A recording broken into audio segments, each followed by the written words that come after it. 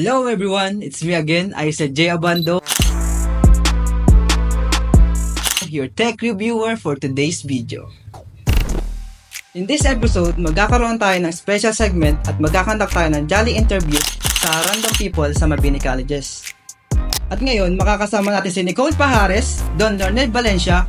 Nicole and Don, pasok!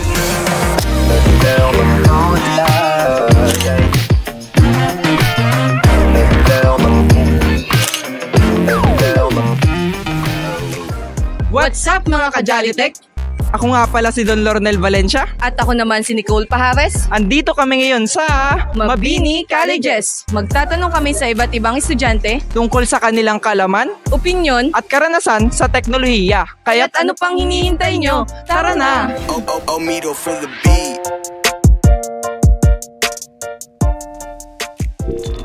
Ako pala si Carlo Onrubia po. Galing po sa BSED Mathematics po aking course po dito sa Mabini po. Okay po. May ilang katanungan lang po kami about technology. Una po is, saan nyo po ginagamit yung technology sa day-to-day life nyo po? So sa aking experience po, so ngayon po, ginagamit ko ang technology ko po based sa araw-araw po is kapag kunyari, kailangan sa school, so technology po yung tumutulong sa akin. So sa trabaho din po minsan, ginagamit cellphone, laptops, yun po para makatulong din po sa trabaho ko. Ako si Neil Adrian A. Pajarillo. Anong department niyo po? College of Education. Una pong tanong, anong pinagagamitan ng technology sa daily life mo po? About ACADS. So, hello po. Ano pong name ninyo? Eureka po. And from saang department po kayo? Nursing po. So, magtatanong lang po kami ng iba't ibang katanungan tungkol sa technology. Una po is, ano pong pinagagamitan nyo ng technology sa daily life nyo po? Ginagamit po siya for communication. Kumbaga may isa-set kang ibang tao. Ako po si Aljun, Business Administration. Mayrin po from Siba.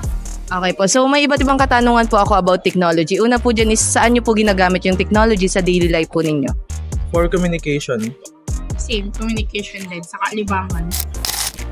Good morning po ate. Pwede po bang malaman kung ano po bang name niyo sa ka-department? I am Ria Angel H. Santik po and I am from Senior High School Department. May mga hinanda po kaming katanungan about sa technology. Yung una po namin tanong is, saan nyo po ginagamit yung technology sa daily life nyo po? Ginagamit ko po yung technology, kunwari po cellphone, para po mag-research, para sa research, for sole purposes po talaga ng research, and for sa pag-aaral po, education. So, hello po. Pwede ko po bang malaman ang name ninyo and kung saang department po kayo galing? I'm Angelica Joy M. Santiago po from Senior High School Department. Magtatanong po ako about technology and ang una ko pong tanong is, saan nyo po ginagamit ang technology sa daily life po ninyo? For school and sa communication po sa family namin sa ibang lugar. I am Eli De Leon. Ngayon ay isa akong instructor dito sa Mabini Colleges sa high school. May mga hinanda po kaming question about sa technology. Yung una po naming question is, saan nyo ginagamit ang technology sa daily life nyo po? Technology, siyempre lahat naman tayo meron tayong cellphone. So, para ma-update din, so doon tayo nagbabase sa ating cellphone, sa ating gadget. Tapos para din ma-monitor yung ating mga business, yun. Ginagamit ko din yun bilang instructor. Ginamit ko para maturuan ko yung mga estudyante ko kasi yung subject ko naman is related talaga sa technology. So, gamit na gamit yung ating technology.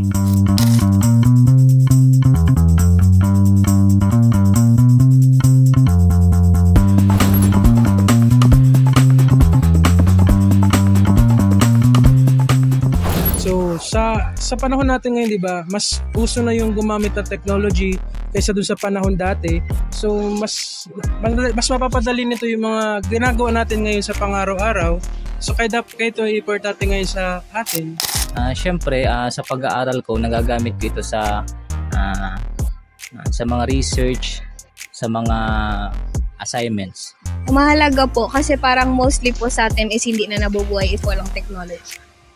Bilang student po, sobrang halaga po ng technology, lalo na po sa school po, ginagamit po pag may hindi po alam, magsa-search po.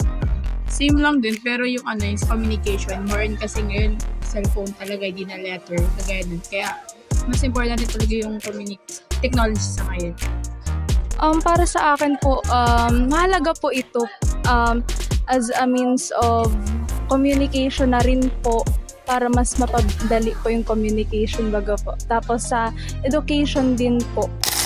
Sa panahon po ngayon, technology, malaking tulong siya sa amin as a student kasi nakakatulong siya para maghanap kami ng mga information like kapag may assignment kami, mas napapadali sa amin.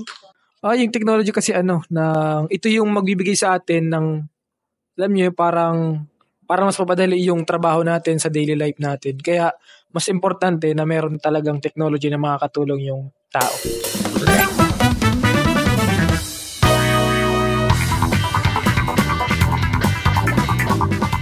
Based on my experience, yung technologies depende na lang kung sa taong gagamit ito, kung ito ay makakapabuti or makakapasama sa'yo. Sapagkat sa aking sarili experience is nakakabuti ito sapagkat yun nga, nakakatulong siya sa pang-araw-araw kong buhay at mas napapadali nito yung mga nais kong gawin din.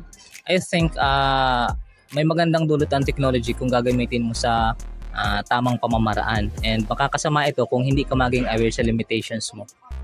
May dalawa naman pong cause. Depende po sa'yo kung gagamitin mo siya in mabuti or masama.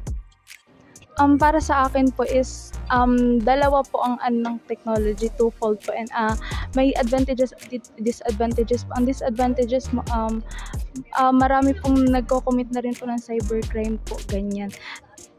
Tapos marami pong kunwari na-addict din po sa cellphone po or sa anumang pong devices. Tapos ang advantages naman po is yung mas napapabilis po ang communication, tapos mas nagagamit din po ito sa pag-aaral natin. Kaya para sa akin po is mahalaga po ang technology ngayon sa kasalukuyang panahon. Sa sitwasyon po natin ngayon, nakakatulong siya kasi mas napapadali yung communication natin sa mga relatives natin na nasa ibang lugar. And sa pagdating sa school, mas napapadali siya maghanap ng mga information for our assignments. Sa tingin ko po, nagbibigay po siya ng good things. May bad, may good. Ganun. Meron kasing pareha silang merong magandang naidulot tapos meron ding masamang naidulot.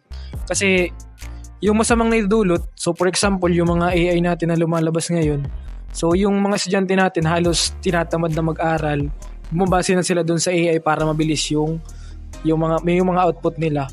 So kung walang technology din, so yun nga, para mahirapan din tayo mag-operate sa daily life natin. Mido for the beat. Sa last question po, ipapipiliin ka po, life with technology or life without technology? Life with technology.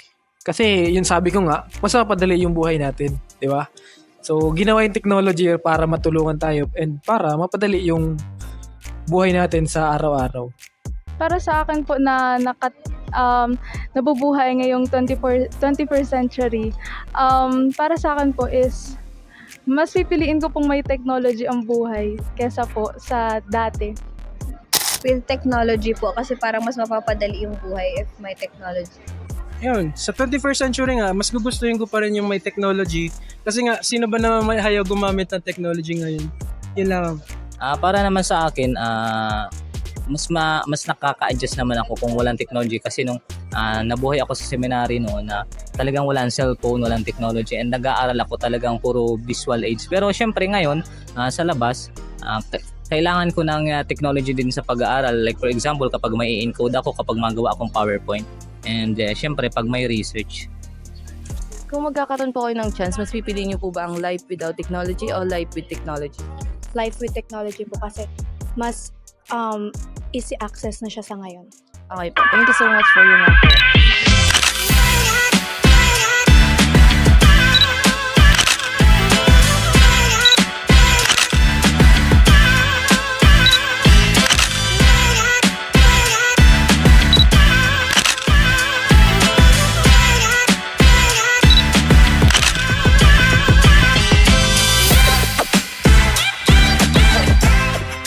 Dito na nagtatapos ang aming pangangalap ng kaalaman, Opinyon, at karanasan sa teknolohiya. at muli, ako nga pala si Don Lornel Valencia. At ako naman si Nicole Pajares.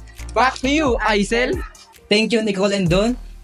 Maraming salamat sa inyong panonood. Huwag niyo kakalimutan mag-like, comment, share, and subscribe. See you to the next video.